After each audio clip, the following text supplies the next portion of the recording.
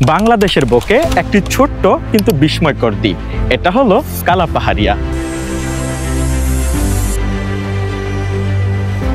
চারপাশে শুধু বিশাল মেঘনা নদী, মাঝখানে একটি ছোট্ট জনপদ, যার উত্তর দিক দিয়ে নদী পার হলেই ব্রাহ্মণবাড়িয়া জেলা, পশ্চিম ইদক দিয়ে পার হলেই নারায়ণগঞ্জ জেলার ২৫০০, দক্ষিণ ইদক দিয়ে পা রাখলেই কুমিল্লা জেলার মেঘনা উপজেলায় পা রাখা যায় এবং পূর্ব দিকে নদী পার হলেই কুমিল্লা জেলার হোমনা উপজেলায় যাওয়া যায়।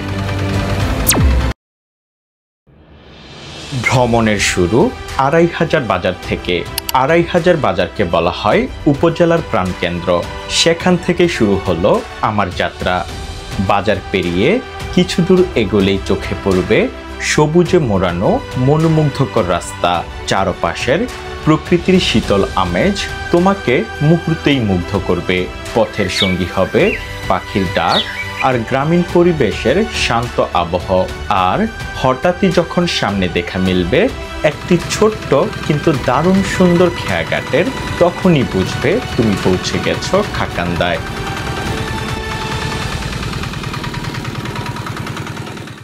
আমরা এখন মেঘনা নদী পার হয়ে যাচ্ছি কালাপাহাড়িয়া ইউনিয়ন। আর কালাপাহাড়িয়া ইউনিয়ন যেতে হলে তোমাকে অবশ্যই এই মেঘনা নদী পার হতে হবে, সেটাও একটা নৌকার মাধ্যমে, কারণ ওই ইউনিয়নে যাওয়ার মতো তেমন আর কোনো সংযোগ সড়ক নেই, এটাই হচ্ছে একমাত্র মাধ্যম।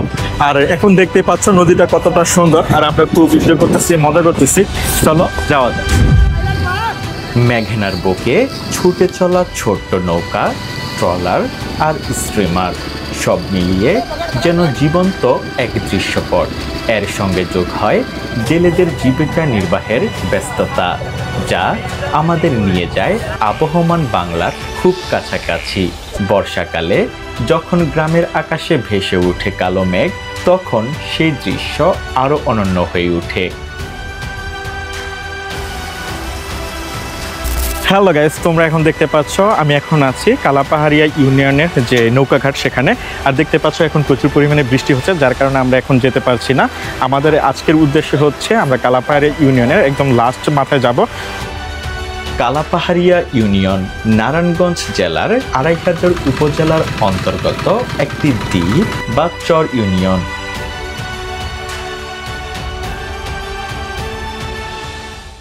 আমরা অল্প কিছুক্ষণের মধ্যেই চলে এসেছি এই দ্বীপের একদম শেষ প্রান্তে। তো বুঝতেই পারছো দ্বীপটা বেশি বড় নয়, আমাদের জাস্ট ১৫ মিনিট সময় লেগেছে পুরো দ্বীপটা ঘুরে এখানে চলে আসতে।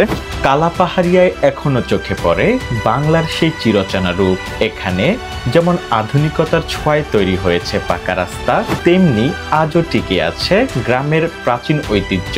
বর্ষায় নাও, শুকনায় পাও, এই প্রবাদ বাক্য যেন জীবন্ত হয়ে আছে চরের মানুষের জীবনে।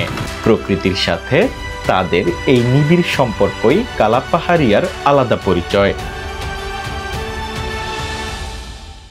বন্ধুরা, তোমরা এখন দেখতে পাচ্ছ আমি এখন চলে এসেছি কালাপাহাড়িয়া ইউনিয়নের সর্বশেষ প্রান্ত, একই সাথে এটা ২৫০০ উপজেলার সর্বশেষ প্রান্ত। আমার পিছনে যদি তুমি একটু লক্ষ্য করো তাহলে দেখতে পারবা কুমিল্লা জেলার মেঘনা উপজেলা। আর এই জায়গাটা কতটা সুন্দর সেটা তুমি লক্ষ্যই করতে পারছো। আর একই সাথে আজকের দিনটি একটু মেঘলা, আর সেই কারণে এই জায়গাটা আরও বেশি সৌন্দর্য রূপ ধারণ করেছে। তাহলে চলো এই জায়গাটা একটু সুন্দরভাবে দেখি এবং তোমাদের সাথে শেয়ার করি। এখানকার প্রকৃতির প্রশংসা করার আগে এখানকার মানুষের কথা না বললে সৌন্দর্য অসম্পূর্ণ থেকে যাবে। শুরু থেকেই তারা ছিল হাসি খুশি আর দারুণভাবে ওয়েলকামিং। বৃদ্ধ থেকে শুরু করে বাচ্চা সবার চোখে মুখে ছিল আনন্দ। তাদের আচরণেই বোঝা যাচ্ছিল আমাকে দেখে তারা কতটা খুশি হয়েছে। প্রকৃতিও যেন আমাদের আপন করে নিতে উদ্গ্রীব। মেঘলা আকাশ, বৃষ্টিময় দিন, খোলা নদী আর চারপাশের সবুজ প্রকৃতি, সবকিছু মিলিয়ে মনে হচ্ছিল প্রকৃতি আমাদের জন্যই অপেক্ষা করছে।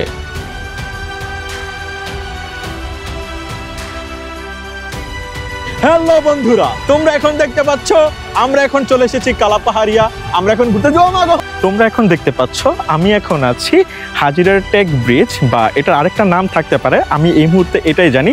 আর এই জায়গাটা কতটা সুন্দর তুমি যদি পাখির চোখে একটু লক্ষ্য করো তাহলে বুঝতে পারবে। এই ব্রিজটি স্থানীয়ভাবে বেশ ভাইরাল। কারো কাছে এটি হাজিরটেক ব্রিজ, আবার কেউ কেউ ডাকে খলিয়ারচর ব্রিজ নামে। এখানে এসে বোঝা যায় কেন জায়গাটি এত জনপ্রিয়। আজ যেহেতু মেঘলা আকাশ আর ফুটফুটে বৃষ্টি পড়ছে, প্রতিটি পানির ফোঁটার শব্দ আমার কানে ফিরে আসছে আবহমান বাংলার সেই চিরচেনা গান হয়ে। এই ছোট্ট ইউনিয়নটিতে রয়েছে প্রাথমিক বিদ্যালয়, একটি উচ্চ মাধ্যমিক বিদ্যালয়, মসজিদ, মাদ্রাসা এবং প্রাণবন্ত 5টি বাজার।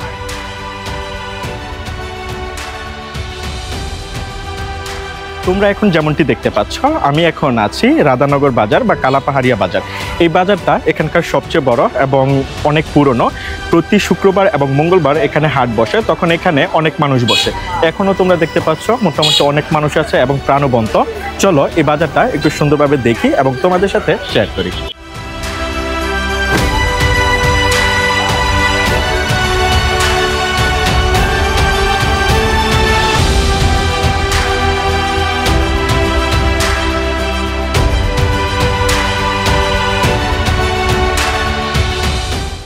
স্থানীয় প্রবীণদের মতে প্রায় 200 বছর আগে মেঘনার বুকে এই চরটি জেগে ওঠে। তখন থেকে এখানে মানুষ বসতি স্থাপন শুরু করে। এখন প্রায় এখানে 34,000 মানুষ বসবাস করছে। তাদের সম্পর্ক পানি এবং মাটির সঙ্গে। এখন অনেক মানুষ প্রবাস জীবনকে বেছে নিয়েছে। চলো এই সম্পর্কে আরেকটু বিস্তারিত জেনে আসি। কথায় আছে, কষ্ট করলে কেষ্ট মেলে। এখানকার মানুষ এক সময় সত্যি অনেক কষ্টে জীবন পার করেছে। পড়াশোনা বা দৈনন্দিন কাজে যেতে হলে তাদের অনেক দূর পর্যন্ত হেঁটে যেতে হতো, কিন্তু সেই কষ্টই আজ ফল দিয়েছে। এই এলাকা থেকে বের হয়েছে ডাক্তার, ইঞ্জিনিয়ার, শিক্ষক, এমনকি অনেকে আজ প্রবাস জীবনে সফলভাবে পথ চলছেন। তোমরা এখন দেখতে পাচ্ছ আমার সাথে একজন আছে, উনি নিজেও একজন কন্টেন্ট ক্রিয়েটর এবং এই এলাকার বাসিন্দা। সো ওনার থেকে এখন আমরা কিছু জানবো ওনাদের এলাকার সম্পর্কে। ভাই, আপনাদের এলাকার সম্পর্কে খুব সুন্দরভাবে কিছু বলতে পারেন আমার অডিয়েন্সের জন্য? আমাদের এলাকা এটা হলো কালাপাহাড়ি ইউনিয়ন, যে ইউনিয়নটা 14টা গ্রাম নিয়ে গঠিত। এটা পূর্বে অনেকেই নামে জানে, 14 মুজা নামে সবাই চিনি। চতুর্দিকে মেঘনা নদী দ্বারা বিস্তৃত, মানে একটা দ্বীপের মতো। এখানে যদি আপনি আসেন মনে হবে আপনি দ্বিতীয় সেন্ট মার্টিনে আসছেন। প্রকৃতি অনেক সুন্দর। আর আমাদের এলাকার মানুষ অনেক আত্মীয় আপ্যায়ন মানুষ। আমাদের এখানের আপ্যায়ন, যদি আপনি আসেন ঘুরতে, আপ্যায়নটা আপনি কোথাও যেয়ে ভুলতে পারবেন। যদি এখান থেকে লন্ডনও যান, আমাদের দেশের আপ্যায়নটা ভুলতে পারবেন। আমরা অনেক আত্মীয় অপরণ এবং আমাদের এলাকার মানুষ খুব ভালো। আপনারা যদি ঘুরে যান, প্রকৃতি দেখতে পারবেন, আমাদের মেঘনা নদী দেখতে পারবেন। ভাইকে অসংখ্য ধন্যবাদ। সত্যি এই জায়গাটা খুবই সুন্দর, আর উনি যা বলেছেন তা হচ্ছে এই এলাকার বাস্তব চিত্র তুলে ধরেছেন। তাহলে চলো আমরা ওনার কথা মতো আরেকটু দেখি জায়গাটা, তাহলে তোমরাও বুঝতে পারবো।